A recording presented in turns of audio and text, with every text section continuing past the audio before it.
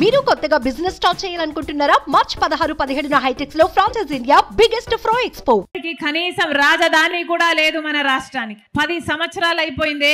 5 సంవత్సరాలేమో చంద్రబాబు గారు ముఖ్యమంత్రిగా ఉన్నారు, ఇంకొక 5 సంవత్సరాలేమో జగనన్న గారు ముఖ్యమంత్రిగా ఉన్నారు.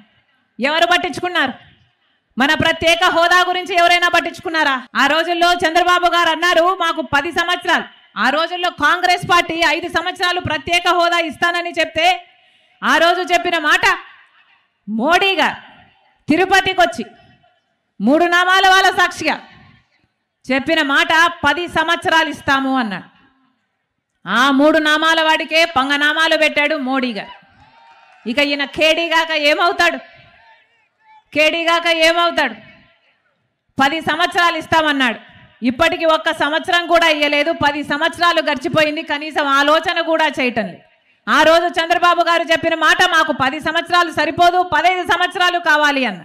ఆ రోజు చంద్రబాబు గారు చెప్పిన మాట 15 సంవత్సరాలు మాకు ప్రత్యేక హోదా కావాలి, ప్రత్యేక హోదా కోసమే మేము పొత్తులు పెట్టుకుంటున్నామని చెప్పాడు. బీజేపీ పార్టీతో పొత్తులు పెట్టుకున్నాడు. ఆఖరికి బీజేపీ పార్టీ గెలిచిన తర్వాత వాళ్ళ మంత్రివర్గంలో పదవులు కూడా తీసుకున్నాడు చంద్రబాబు గారు.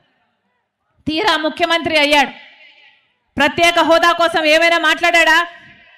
ప్రత్యేక హోదా మళ్ళీ సంజీవినా అని మళ్ళీ ఊసరవల్లిలాగా రంగులు మార్చిన వాడు చంద్రబాబు గారు. ఊసరవల్లి కూడా మన చంద్రబాబు గారి దగ్గరే రంగులు మారడం నేర్చుకోవాలి. ఆ తర్వాత అప్పట్లో ప్రతిపక్ష నాయకుడిగా ఉన్నాడు జగనన్న గారు. జగనన్న గారు చెప్పిన మాట, రండి 25 మంది ఎంపీలను మొత్తం అందరం మూకుమ్మడి రాజీనామాలు చేద్దాము అన్నాడు. ప్రత్యేక హోదా ఎందుకు రాదో చూద్దాము అన్నాడు జగనన్న గారు. జగనన్న గారు వచ్చిన ఎన్నికల్లో పోటీ చేస్తే ప్రత్యేక హోదా అంశం తీసుకొని పోటీ చేశాడు. ప్రత్యేక హోదా అంశం కోసం నేను కూడా పోరాటం చేశాను. ప్రతి సభలో తిరిగాను, మీరు గెలిపించండి, ప్రత్యేక హోదా వైసీపీ పార్టీ తెస్తుంది అని మేము ప్రతి సభలో చెప్పాను. కానీ ఏమైంది? జగనన్న గారు ముఖ్యమంత్రి అయ్యారు.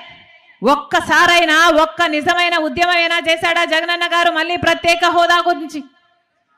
ఒక్కసారైనా మోడీ గారిని ప్రశ్నించారా? ఇన్నిసార్లు ఢిల్లీకి వెళ్తున్నారు వస్తున్నారే, దేనికి వెళ్తున్నారు?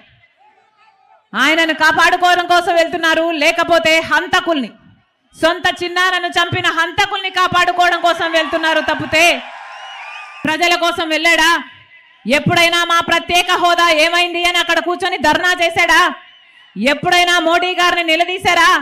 అప్పుడు మూకుమ్మడి రాజీనామాలు చేద్దాం రండి అని చెప్పిన జగనన్న గారు మూకుమ్మడి రాజీనామాలు కాదు కదా, ఒక్కరి చేతైనా రాజీనామాలు చేశారా? ప్రత్యేక హోదా కోసం నిజమైన ఉద్యమం చేశాడా జగనన్న గారు?